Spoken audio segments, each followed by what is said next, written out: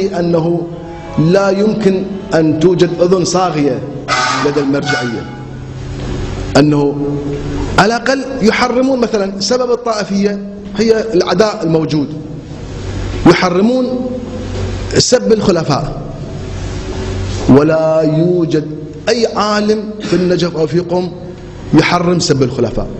وهو هذا السبب كراهية. يعني أنت شلون ما تقبل واحد يسب أئمتك وتأمر بالقتل الساب لأهل البيت؟ هم عندهم أئمة، هم عندهم أفضل الخلفاء أفضل من أهل البيت، عندهم عمر أفضل من علي، فشلون أنت تبيح لنفسك ولأتباعك سب ولعن أئمتهم وما تقبل واحد يسب أئمتك؟ يعني مو هو القاعدة الأخلاقية يسموها القاعدة الذهبية، كل المجتمعات البشرية تعترف بها، ولا يمكن إقامة أي مجتمع بشري بدون هذه القاعدة، وهي حب لأخيك ما تحب لنفسك واكره له ما تكره لها. هذه موجود في نهج البلاغة. مع الأسف هاي القاعدة الذهبية ما موجودة في القرآن، موجودة في نهج البلاغة.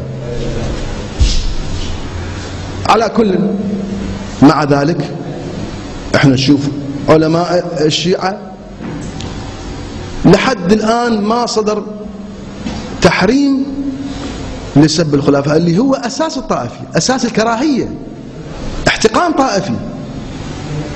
بعد ذلك يقولون احنا اخواننا اهل السنة. شلون انت تقول اخواننا وتسب مقدساته، تسب عائشة، هم يعتبرون اشرف من جميع امهاتهم، ونزل القرآن في طهارتها، يعني رجال الدين.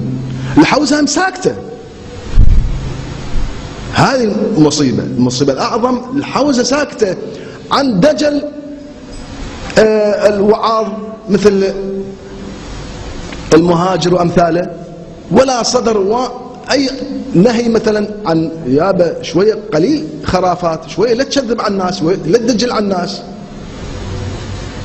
فضحونا قدام المذاهب الأخرى. صار الشيعة كذب، تقية، دجل، متعة وأمثال ذلك. هذا الشيعة صارت بعد أن كان الشيعة في قمة الإنسانية.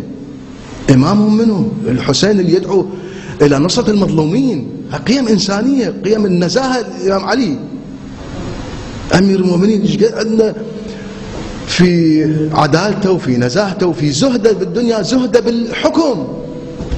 هذه قيم إنسانية عظيمة. شلون صارت الشيعة؟ شنو صاروا؟ ولا يوجد أي رد من المرجعية ومن الحوزة إلى مثل هؤلاء التوافه. المهاجر قلت الناطق الرسمي باسم الشيطان، هذه ماكو رد عليه، ماكو رد على ذاك ياسر، الشيخ ياسر لحد الآن من الحوزة أنه تهجم على عائشة، وهذا أغاظت مليار إنسان مسلم ضد الشيعة. واقعا أنا واحد يروح بمصر، إذا يروح بالسعودية يقول أنا شيعي، يستحي يخجل، لأنه ما خلوا فشي إنساني للشيعة. فأختم الكلام، أنا ما أحب الإطالة.